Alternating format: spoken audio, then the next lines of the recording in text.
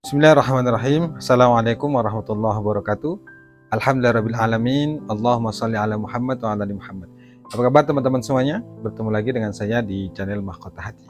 Seperti biasa ya, saya tetap berdoa kepada Allah Subhanahu wa Ta'ala. Semoga teman-teman semuanya dimanapun kalian berada, semoga Allah berikan kesehatan, kemurahan rezeki, hidup barokah, hidup berlimpah, hutang dilunaskan.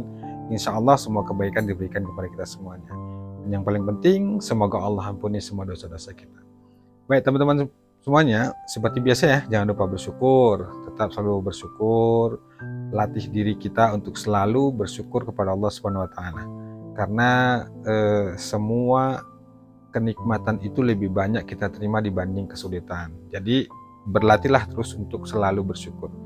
Bagaimana caranya? Caranya adalah mau tidur, bangun tidur, selalu ucapkan Alhamdulillah ya Allah, hidupku berkah, Alhamdulillah ya Allah, hidupku berlimpah, Alhamdulillah ya Allah, aku bahagia, aku sehat. Semuanya katakan katakan seperti itu ya. Apalagi ketika kita mengucapkan kata-kata syukur itu, kita visualisasikan bahwa seolah-olah impian kita itu benar-benar sudah terwujud. Keinginan kita itu, doa kita itu benar-benar terwujud. Itu lebih powerful. Jadi teman-teman semuanya, salah satu cara untuk menjadi orang yang berlimpah itu adalah dengan cara banyak bersyukur. Baik teman-teman semuanya, seperti biasa ya, yang ingin bergabung di grup Mahkota Hati silakan hubungi nomor WA yang tertera di bawah ini. Itu nomor saya, WA saya, insya Allah saya akan masukkan ke grup. Dan buat teman-teman semuanya, silakan tuliskan doa terbaik ya teman-teman semuanya ya di kolom komentar, dan insya Allah banyak teman-teman yang mengaminkan sehingga doa-doa yang ditulis itu cepat dikabulkan oleh Allah Subhanahu wa Ta'ala. Ya baik, hari ini saya ingin bahas tentang tema hutang ya. Tetap tentang hutang. Pertanyaannya begini, saat dicaci maki, saat dihina, saat kita nggak bisa bayar utang, apa sih yang harus kita lakukan? Pertama, ingat ya, bahwa ketika kita sedang banyak utang dan saat ditagih kita dimarah, ingat, sikap kita yang kita lakukan adalah diam dan jangan melawan. Kenapa? Karena itu salah kita. Jadi akui, kemudian terima segala cacian, segala makian yang telah kita terima oleh si penagih hutang itu. Dan kemudian setelah itu apa yang harus kita lakukan? Kuatkan hati dan pikiran kita untuk libatkan ke Allah.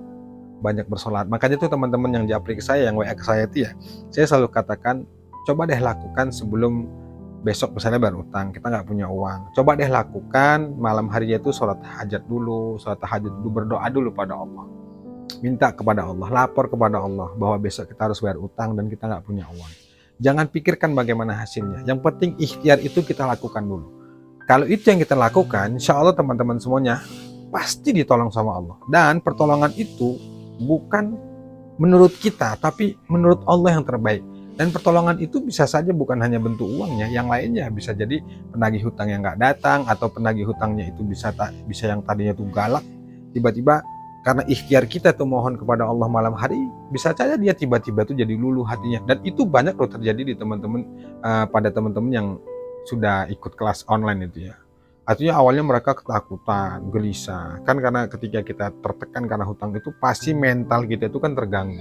Kita takut, cemas. Tapi setelah kita kasih masukan, lakukan sholat hajat, sholat tahajud, insya Allah keajaiban itu banyak terjadi pada mereka gitu. Sehingga sekarang ini mereka sudah kuat, sudah yakin bahwa bagaimanapun intimidasi atau teror yang mereka terima itu mereka tetap kuat. Kenapa? Karena memang kita awali langkah itu dengan melibatkan Allah, sehingga hati kita tuh benar-benar pasrah, ikhlas apapun yang terjadi.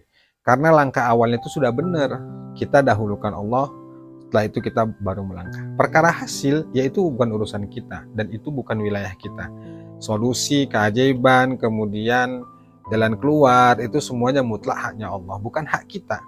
Jadi jangan fokus ke sana, jangan pikirkan dari mana caranya, apa bisa, terus nanti gimana. Memang benar ketika posisinya itu benar-benar sulit, itu pasti kita kebingungan ya, takut bagaimana nanti malu dan lain sebagainya. Tapi ketika itu yang terjadi, sudah dilepasin, pasrahin. Yang penting kita sudah benar-benar mohon ke Allah, minta ke Allah supaya Allah berikan kekuatan.